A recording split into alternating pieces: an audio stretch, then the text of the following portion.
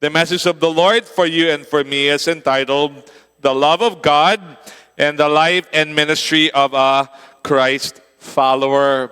So in the past weeks, we have focused on the righteousness of God, the justice of God. So ibahin naman natin ng konti para ibang putahe naman. Kumbaga, also love month na, and ano ba ang best source of love o saan ba kundi kay Lord. So gusto natin pag-usapan ngayon. Alright? Now, Pastor Leia encourages us to read the letter from the senior pastor, and today I want to read portions of it. On other Sundays, please read it on your own. At least you're encouraged to do that. So it says here, where do you get your sense of worth and security? What or who gives you your value and assurance in this world? I submit to you that your self-image and confidence to face whatever may come in the future has to be based on something objective, unshakable, and consistent. Otherwise, you will find yourself to be a victim of rejection, unfair criticism, betrayal, negative turn of events, and similar things. Those things happen, but you don't have to be a victim. But if you're not founded in the love of God, secured in the love of God, stable because of the love of God, pwede kang ma-victimize kung baga. If you base your value on your comparatively better looks or superior brains or religiosity, you may find yourself shaken when someone more attractive, more smart, more spiritual comes along. If your security is in your material possessions, your relatively stable family, or your flourishing career or business, you may be moved by financial loss, family breakup or trouble, or career or business downturns. The truth is, nothing is permanent in this world. Nothing except the person of God and the Word of God. Everyone or everything else can come and go. Riches can come and go. Friends can come and go. Families can be broken. Just when we think we are the smartest, most spiritual, most effective, or most needed, somebody can come along and get the attention that we used to have and enjoy. Nothing is forever in this world except God and His Word. And the Word of God says that God is love. 1 John 4:8. God loves you. He loves you when you're good, and He loves you when you're bad. He will not love you less when you struggle and fail, and He will not love you more just because you did some good things. He loves you because He is love, not necessarily because you are worthy of His love. God's amazing love gives objective, unshakable, and consistent value and security to your life. Your successes and failures don't define you or set your value. You are valuable because God made you and He loves you. No person and no experience can change that.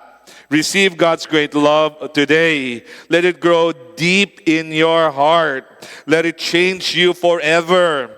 It's time to be happy and secure no matter what the circumstances are. It's time to live confidently even when some people do not treat you rightly. It's time to feel that the light of God over you because you are His beloved son or daughter and He loves you very much. Open your heart and receive God's touch today. So lapas niyo po kanina, kumanta tayo ng mga kanta about the love of God, mga ganon, to help us internalize the message of the Lord today. I pray that this message will touch your life and change you because maraming importante sa buhay. Importante yung righteousness ni God, justice ni God, holiness ni God, super duper important. But the love of God has to be very strongly planted in our hearts. Dapat maliwanag, dapat klaro po yan sa ating loob para ang ating buhay ay masaya, malakas at mabunga para sa Panginoon. You must know the love of God deeply in your heart so that you can be happy and effective in your life and ministry. Para tayo maging effective at fruitful, kailangan natin ng love ni Lord. Kasi anong ibibigay natin kung wala naman tayo, di ba? What can you give? You don't have it. And if it's just a theory to you, then what would it be to the people you give it to? Theory lang din. If it's real in your life, then it can be real in others. And so that's what we want. There's a very beautiful passage in Romans chapter 8, beginning verse 28. Let's read that. And we know that in all things, God works for the good of those who love Him, who have been called according to His purpose. What then shall we say in response to this? If God is for us, who can be against us? It's a rhetorical question. The implied and clear answer is no. Okay, wala, no one. Okay, how will He not also along with Him graciously give us all things? 32, He who did not spare His own Son, but gave Him up for us all, how will He not also along with Him graciously give us all things?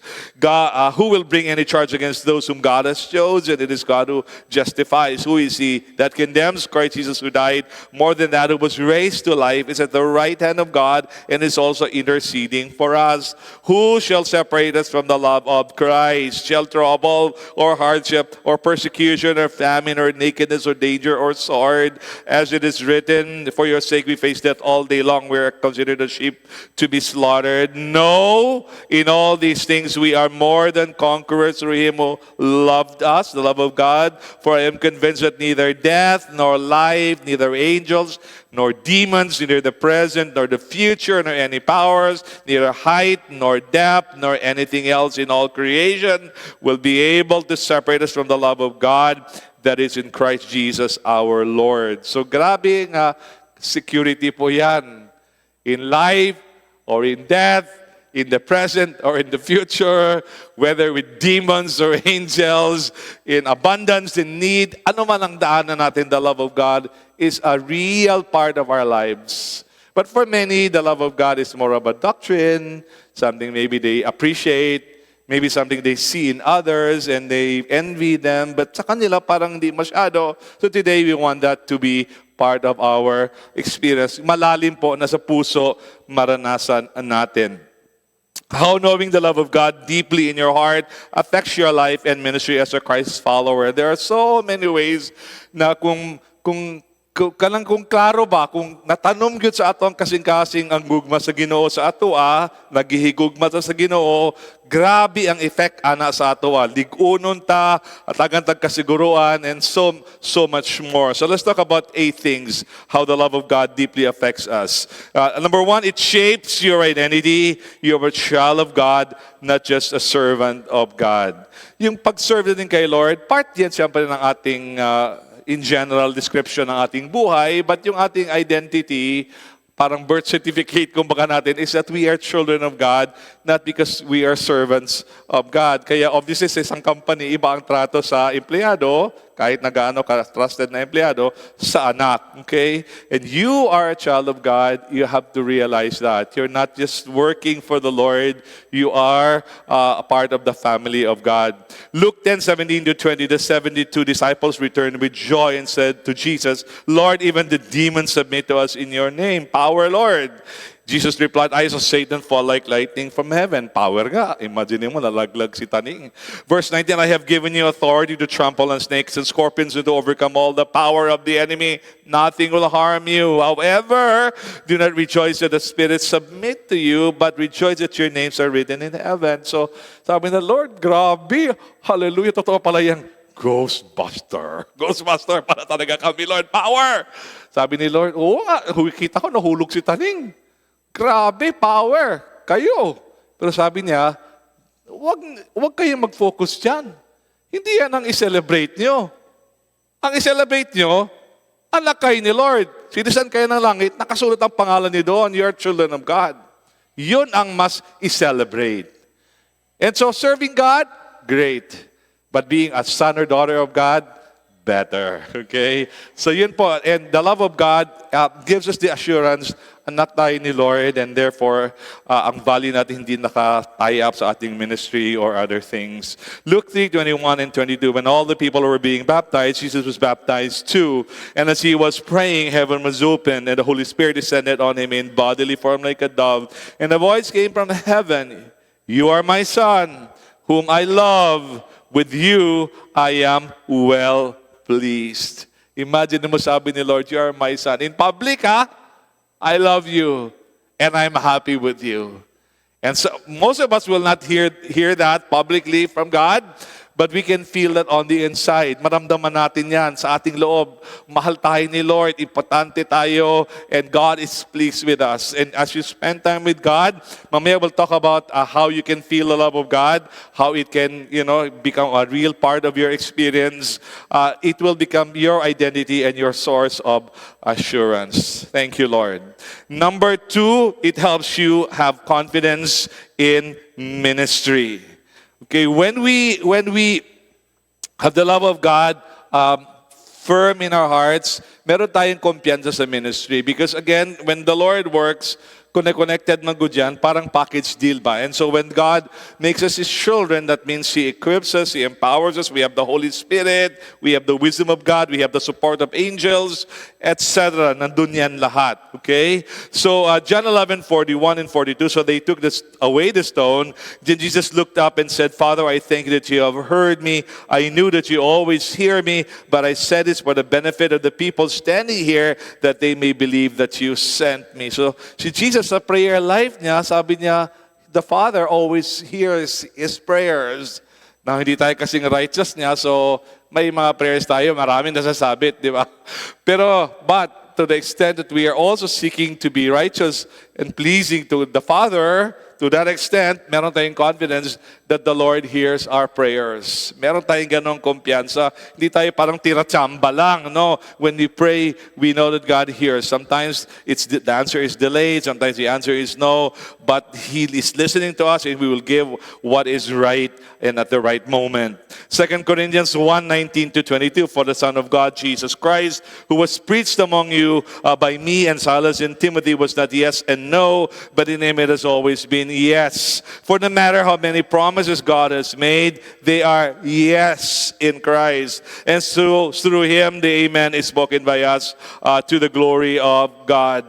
Now it is God who makes both us and you stand firm in Christ. He anointed us, set His seal of ownership on us, and put His Spirit in our hearts as His deposit, guaranteeing what is to come. So grabe yung promise ni Lord. And because we have a relationship with God through Jesus Christ, amen, amen, amen ang sagot ni Lord. When you come to God and pray, the Father refers that to Jesus, kumbaga as parang internal dialogue nila, and God blesses us with a yes. Imagine mo all the promises of God in Christ are yes and amen. So may kumpiyansa tayo as we live for God and serve God. Amen. Number 3, knowing the love of God deeply in our hearts helps you to relate to people for their own sake, not to meet your own needs. When we live and when we do ministry, it is very important that we live and minister out of fullness. Dapat meron na tayo dating satisfaction sa buhay, and nagbibigay tayo as we live for God, nagbibigay tayo sa iba as we minister out of the fullness. So, very important po ito that we, on a daily experience, by the grace of God, are filled with the love of God so that we can actually give love to others. And now when we do ministry, we're not doing ministry out of a half-full tank, or we are not doing ministry out of almost zero content, but we are doing ministry out of a full. Therefore, we can just meet people's needs without trying to suck anything from them.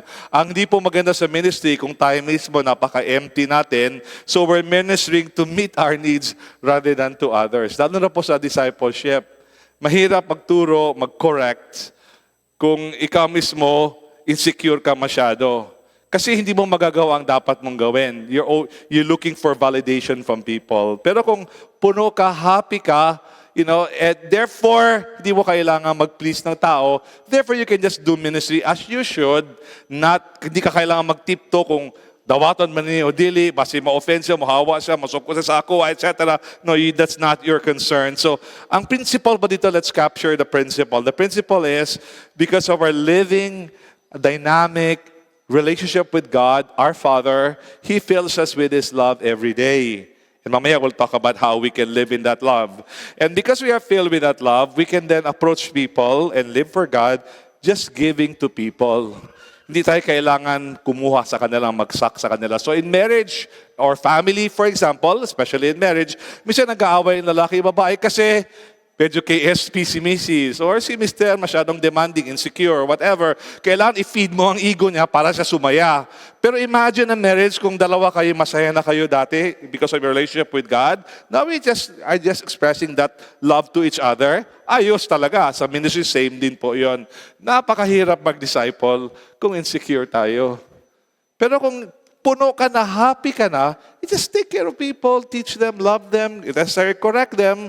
Wala ka masyadong worries about baka magalit siya, wala. So you just do ministry to meet other people since that's your needs. And if you're filled with the love of God, you can do that. I tell you, it makes a world of difference pag ganun po ang ating attitude. Na secure tayo. John 2:22 and 24, 23 and 24 and 25. Now, while he was in Jerusalem at the Passover feast, that's Jesus, many people saw the miraculous as he was doing and believed in his name. But Jesus would not entrust himself to them, for he knew all men. He did not need any man's testimony about man, for he knew what was in man. And the idea there was, kung sa tao ka magbabasa ng iyong value, medyo hindi consistent yan. Minsan okay, minsan hindi. Pero gusto mo ba, minsan-minsan lang din okay ka? Gusto mo okay ka always, di ba? So dapat, ang basihan mo para okay ka always, yung consistent, yung stable, yung constant, which is the Lord. So huwag ka mag-asa sa tao. Kaya sa ministry dapat nagbibigay ka lang. Hindi ka nagtitake. Okay, yan ang importante sa ministry. By the grace of God, sa Lighthouse po, we have been able to maintain, for example, discipline among our ranks.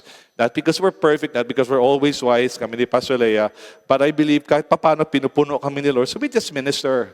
And kung kailangan tanggalin, kailangan pagalitan, kailangan disiplina mo kasi paano mag-advance ang ministry kung compromise tayo, di ba? So may mga ganun po. So we can do that if you're secure. Kasi puno ka na, then you just do the ministry the right way, loving, of course, but the right way, and magaan siya, hindi siya mabigat.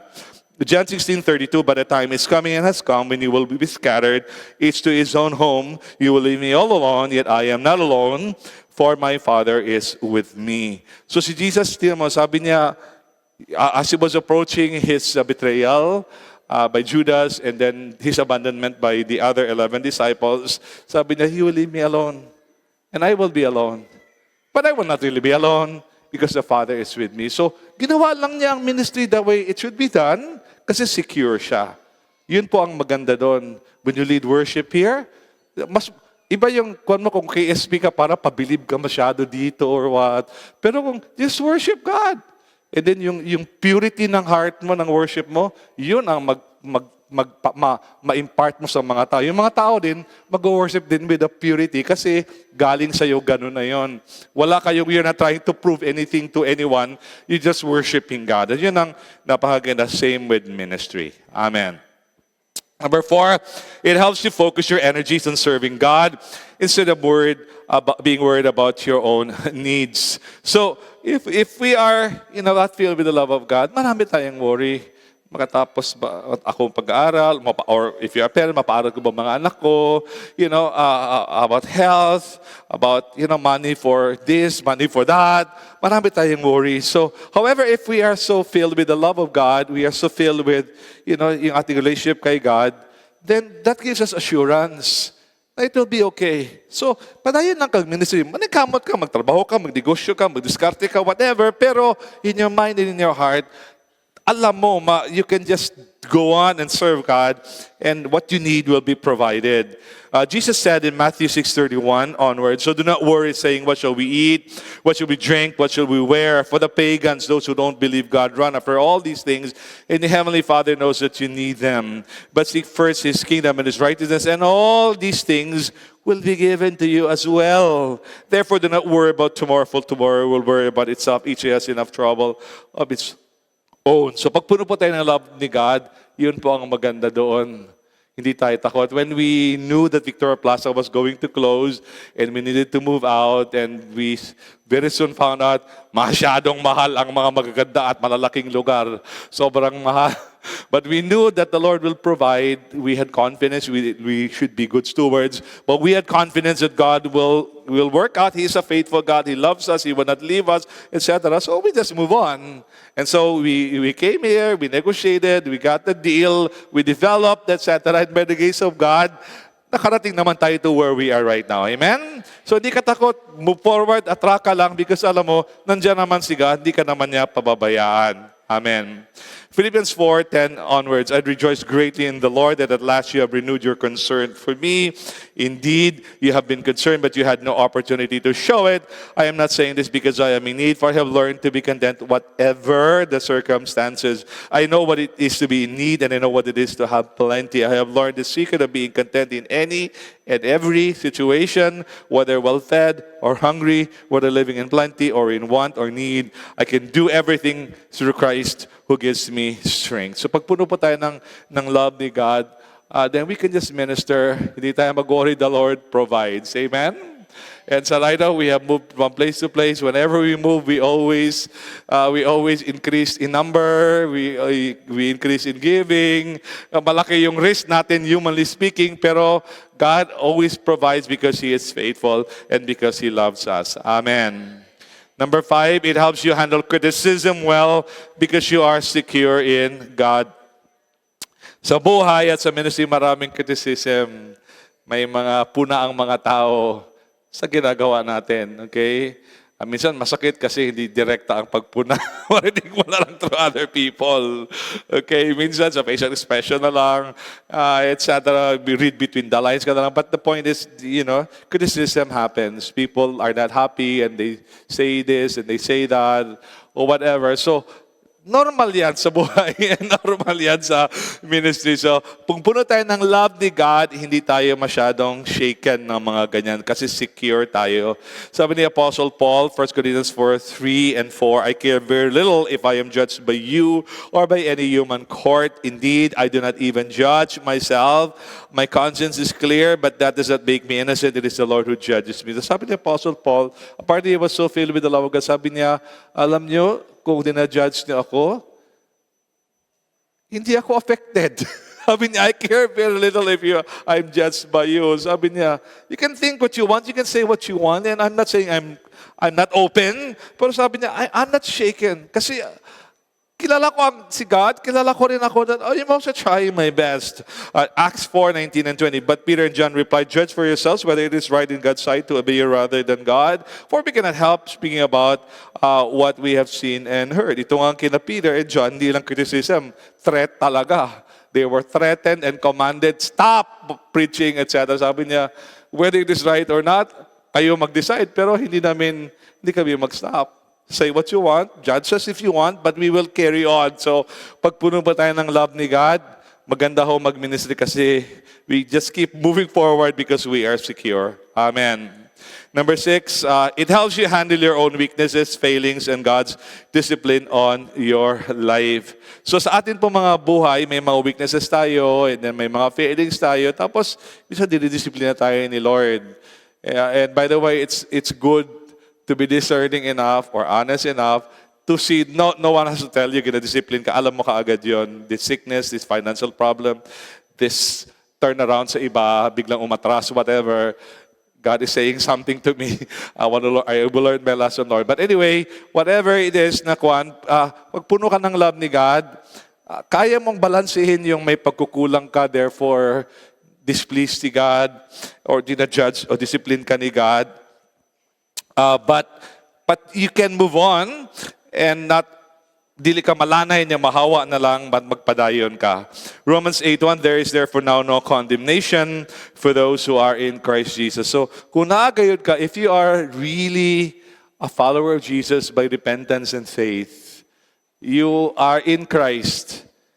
And therefore, you have the righteousness of Christ, you have the acceptance of God upon your life. So what that means is, secure ang imong standing kay Lord. Unless biyaan mo to, buhian mo, mudagan ka, wala na kay pakialam, padayon ka gunitan sa Ginoo, ug tabangan sa Ginoo. So therefore, when you fail, ang imong attitude is, Lord, sorry Lord, ulaw kaayo, pero Lord, dili ko magpalayo. Lord God, dili ko hawa na lang, dili ko magtago-tago, dili ko magrebelde. No, I will admit it, I will work it out. And thank you, God, that you're still there and you will never let me go. 1 John 3:19 and 20, this then is how we know that we belong to the truth and how we set our hearts at rest in His or God's presence whenever our hearts condemn us. For God is greater than our hearts and He knows everything. There are times when our hearts will condemn us. Ang atong mind, atong emotion, makwanta nga, kang palpakat, mali mang YouTube, ulaw kay Lord, sorry God, and your heart will condemn you, and your heart will say to you, unsa magkagaw, unsa mati, wala ka na ulaw atong gibuhat nimo, etc., etc. But then the love of God will give you a certain sense of confidence. Sige lang, sorry Lord, sige lang, but I know you will not let you go. Tabangan ni mo ko. There's another opportunity, another chance for me, God. Thank you, Lord. So you can rest your heart in the presence of the Lord because He knows everything and He knows na bisan mali ko kayo ito yung manabuhat, dagan pa kay carnality sa imo, pero you are seeking God and therefore God is still with you. In that 2 Samuel 16:7-12, that's David being cursed by Shimei. David was being judged because of his sin, but anyway, he was not defensive. He did not go into parang damage control. He just said, well, don't stop him. Let him curse me. Maybe I should be cursed, etc. And if I should not be cursed, he's cursing me and I will not stop him from doing that, maybe God will hear that and vindicate me. So, dili siya kaayo concerned sa iyang image or what, because he was secure in the love of God. Number 7, it helps you handle loss of people with joy and grace. Losing people is difficult. Losing people because they no longer want you, they no longer trust you, they na-offend sila, and or namatay, nag-asawa, nag-migrate, or lalo na kung may element of rejection, it's not easy. But the Lord, because of His love, will fill us with the sense of love and security na kaya natin harapin kasi alam natin na nandyan pa rin si God, di tayo iwanan ni God, we will still be okay, it's not the end of the world, there's still a bright future ahead of us, ganon pa rin. There's a beautiful story in John the Baptist, John 3:26 onwards. They came to John, that's John the Baptist, the baptizer, and said to him, Rabbi, that man who was with you on the other side of the Jordan, the one you testified about, well, he is baptizing and everyone is going to him. To this John replied, a man can receive only what is given him from heaven. You yourselves testify that I am not the Christ, but I am sent ahead of him. The bride belongs to the bridegroom. The friend who attends the bridegroom waits and listens for him and is full of joy when he hears the bridegroom's voice. That joy is mine and it is now complete. He must become greater, I must become less. So sabi ni John the Baptist, sabi niya, Sir, laos na tayo, Sir. May iba ng sikat. Nabuang na mga tao kang Jesus daw kato taga Nazaret. Tanan dito na gato, wala na igato sa ato bautismo, Sir. Usa atong bato, usa atong Jesus. Gipadala malagi ko to lead, to prepare the way. I am happy that he is becoming famous. Okay? That's okay. Walay problema sa ako. So the point is, even though tapos na ang season niya, medyo nalaos na siya. Hindi na siya ang sikat, hindi na siya ang pinapansin ng sinusunod-sunod ng mga tao. Pero sabi ni John, okay lang. I'm not bothered. I'm losing people. I'm losing a following. I'm losing my fame. I'm losing whatever, power over people, but that's okay. John 6:66 and 67, after this, many of the disciples of Jesus naman ito, turned back and no longer walked with Him. So Jesus said to the 12, do you want to go away as well? So ito siya, John chapter 6 is a long chapter. If you read that, makita mo doon that Jesus, was just teaching the truth, but some of the teachings, hindi kayang iswalo ng ibang tao. And so some of them left Him. Hindi ko kaya ito.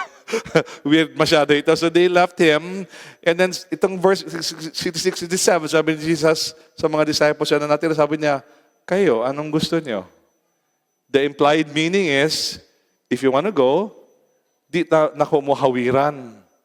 If you want to leave, I will not try to stop you. If you want to go, just do what you want. I will not be bitter. I will not be angry. If you want to go, that's fine with me. Yun ang implication ng sabi ni Jesus. Now, you could imagine that, okay? Grabe siya ka-secure. Marami nang nawala at yung iba parang baka ganun na rin. Sabi ni Jesus, okay lang, if you decide what you want to do, I will not force you to stay with me. I'd like to encourage you, dapat meron tayong puno tayo ng love ni God. When people leave, they just release them. We don't curse them. We don't judge them. Okay? We just release them. Okay? Pero kung di tayo puno ng love ni God, Mag-manipulate tayo, mag-threaten tayo, mag-away tayo, itunglo nato sila. Pero when we're filled with the love of God, okay lang yan. And so, I pray that you and I will take the loss of people with joy and grace because we are filled with the love of God. Amen? Amen. And even when people die or migrate or whatever, we just say, yeah, okay, the Lord gave, the Lord has taken away. Blessed be the name of the Lord. I'm moving on. I'm okay. Amen. Number 8, and the last for this part, it helps you attract and retain people because they feel welcome and safe with you. When you're filled with the love of God, it dissolves your insecurities. It dissolves yung mga rough parts of you by the grace of God, so that people will find you very positive. People will find you very safe. People will find you very welcoming. Di sila madlock, budool nimo, or whatever. That was Jesus. So imagine Luke 15:1. Now the tax collectors, hated by others, but they loved Jesus. The sinners, judged by others, but they loved Jesus. They were all gathering around Jesus to hear Him. Because if you're full with the love of God, wala ka kasing agenda. Pag full ka ng love, wala kang agenda kasi wala mang kulang sa iyo. You're not trying to get something from people. You're not trying to manipulate anything. Just wanting to give. Kaya si Jesus was just there and, yung mga task ng mga sinners, oh, kumusta? High five siguro, whatever. Anong kwento na? Anong nangyayari sa'yo ngayon? Kwentuhan lang gano'n. And sabi nila, wow, I like this guy. I like this guy. Wala siyang agenda. He's not trying to make me this or that or whatever. He wants me to change.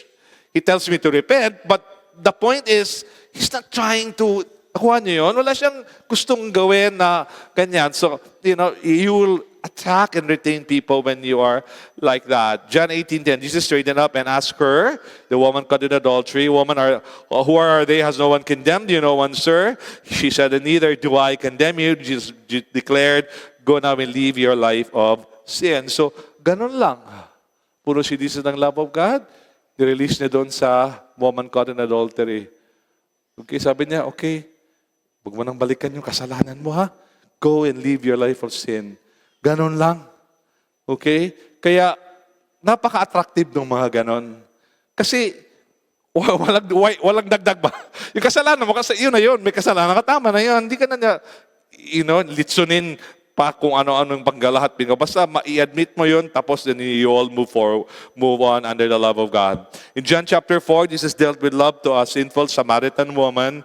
Beautiful story in the chapter 4, and this resulted to her salvation, and presumably the salvation of others kasi marami man yung pumunta doon, very curious about Jesus and the experience of the woman. Okay, so let's go to how to know the love of God deeply in your heart. So anong gagawin natin? Okay, para yung love ni God lalalim sa ating mga buhay. Now, many of these things are not new.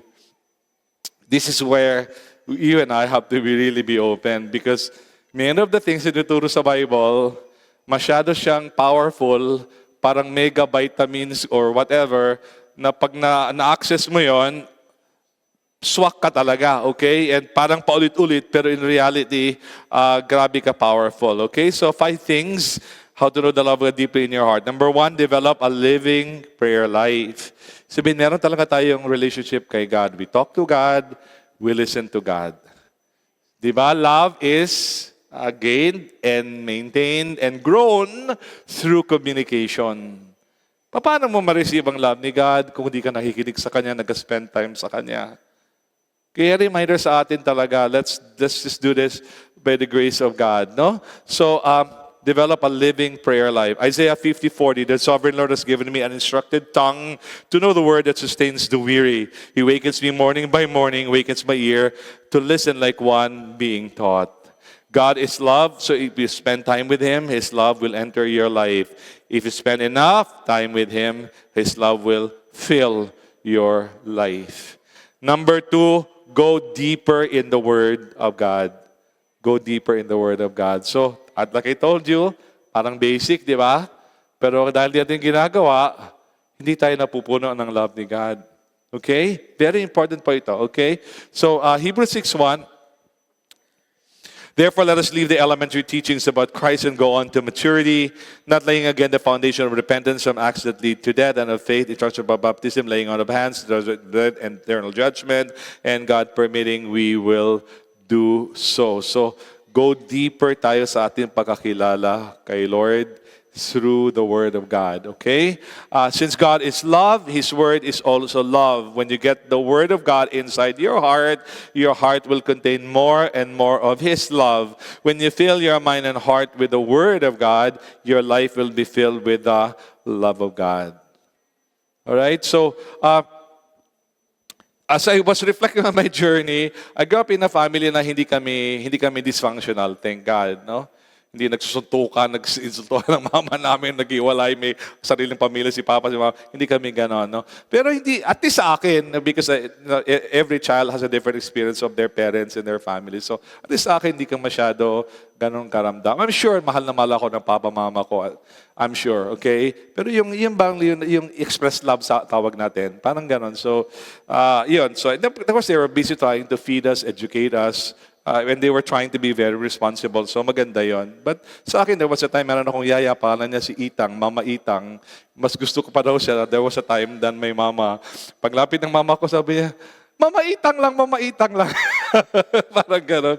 But anyway, pero the point is, parang hindi ko na siya gano'n naka-feel in the ways that I could siguro most appreciate yung express love.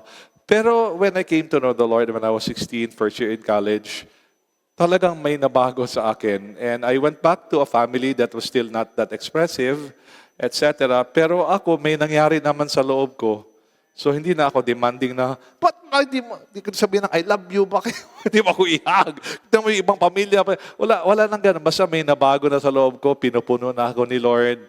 And then my approach is not so much all of the other things, more of prayer, Word of God, love of God man yan. Because God is love. So, papuno ka lang yan. Papupuno ka ng love. And eventually, you just find you can love others, you can forgive others kasi puno ka ng love because puno ka ng Word of God. Amen. Tell someone, go deeper in the Word of God. Amen. Number 3, in addition to prayer and the Word, spend time in God's presence through worship and soaking. So, prayer, talking to God, listening to God, Word of God, allowing God to speak to you, etc.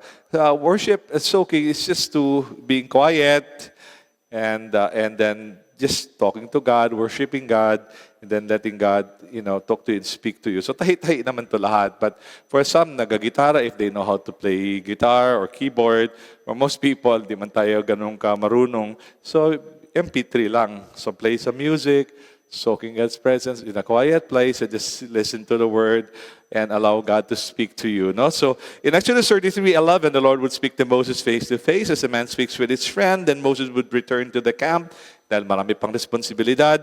But his young age, Joshua, son of Nun, did not leave the tent. Nag-spend time pa siya more kay God. Quiet moments with God, usually with music, can be very productive, even therapeutic. You may do this in any place where you will minimize the chance of being disturbed. Don't rush or be in a hurry. Soaking time takes time, but it's time very well spent. So just spend time in the presence of God. Kaya sa akin, wala man ako masyadong pakialam sa music, pero sabi ko, sige na lang, mag-subscribe na lang ako sa Spotify or whatever you want. And then, pag may magandang kinata sa simbahan, hanapin ko, i-download ko, tapos yung pakinggan ko. Parang gano'n, okay? Like, the last time yung You're Beautiful, download ko. Tapos, yun na pinaplay ko during the week. Parang gano'n. Then just listen when you're driving, when you're whatever, you're cooking, you're nagalaba ka, nag-iisa ka lang, etc. And then you can worship and we can soak in God's presence. Number 4, give yourself fully to our relationship with God. No halfways and partial. So, dudot sa Ginoo, no? Itaktak mo na yung sabi ng iba. Okay? Wag mo nang ialanganin. Okay? Pursue God. I encourage you, wag tayo parang masyado, parang ginagamit na natin si God ba? Parang transactional lang. Gawin ko to para makuha ko ito. Tsaka ito ibigay ko kay God para ito ibigay ni God sa akin. Wag ganun. Parang ibigay mo na ng lahat kay God. Total, pag nandyan si God sa buhay mo, lahat nandyan na. Wala ka na dapat problemahin. Amen. Matthew 22:37-38. Jesus replied, "Love the Lord your God with all your heart and with all your soul, with all your mind. This is the first and greatest commandment." Can we have the musicians now? Number 5 and the last, if there are personal issues that hinder you from experiencing and enjoying the love of God, ask for help from your pastors or leaders. So sometimes may mga issues that hinder us from experiencing the love of God, whether it's lie ni Satan, whether it's depression, addiction, false sense of condemnation, or other things, patulong tayo. Patulong tayo sa pastors, sa leaders natin, para matanggal yon by the grace of God. Okay? So, yun po ang importante. And I tell you, when you take this step, it can be a little awkward at the start. It can be a little shameful when you begin to open up, but it's very liberating. And in my own experience, when you do that, you realize that what you were so worried or ashamed about was actually not that big naman. Sa'yo, ginamagnify ni Satan na paranoid ka na. When we begin to open up, it may be wrong, it may be questionable, whatever, but you realize, yeah, there's a part of it na normal, there's a part of it na mali, etc. But the point is, most likely hindi naman siya ganun kaskandaloso talaga. But anyway, you just need to bring it up. But even if it's serious, just bring it up. Tulungan tayo para mapuno tayo ng love ni God. Because when you're filled with the love of God, we can just really live for God. Wala kang maraming worries, wala kang maraming concerns. You just do the will of God. You just do the work of God. Amen? Hindi ka nagkikwenta-kwenta, ganito, okay na ba ito, best deal ba ito, best setup ba ito, etc. Yung ganon. So, you just live for God, and that's the thing that works for you. So, yun po ang gawa natin. And then when you're filled with the love of God, of course, you can just take whatever happens. And because all things work together for good, God is for you, not against you, etc. So, masarap po mabuhay at mas madali ang ministry kung puno tayo ng love ni God. So, yun po ang gusto ni Lord i-gawin sa atin ngayon. So, in a short while, we'll pray. But before we pray, we'll sing again a song that we sung earlier. So, I'd like to ask everyone to please stand up. And we will sing again that song. Those joining us online, pray with us as well. Sing with us as well, and then we'll pray together, okay? So open your heart. Allow the Lord to speak to you. Let's sing to the Lord and receive His touch. So Father God, we pray, touch us today. Fill us with your love. Touch us, God. Fill us deeply, Lord. Thank you, Lord. Thank you, Lord.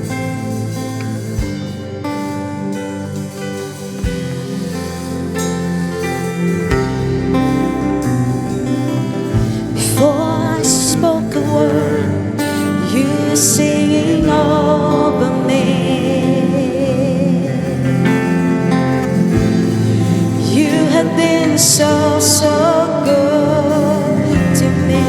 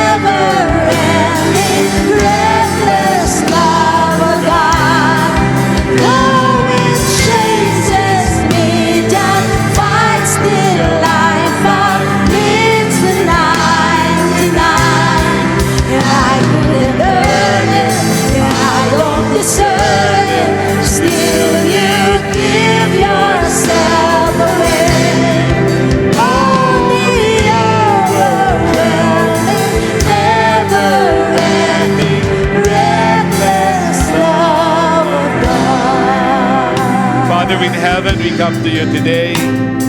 We open our hearts to you, Lord. Fill us with your love.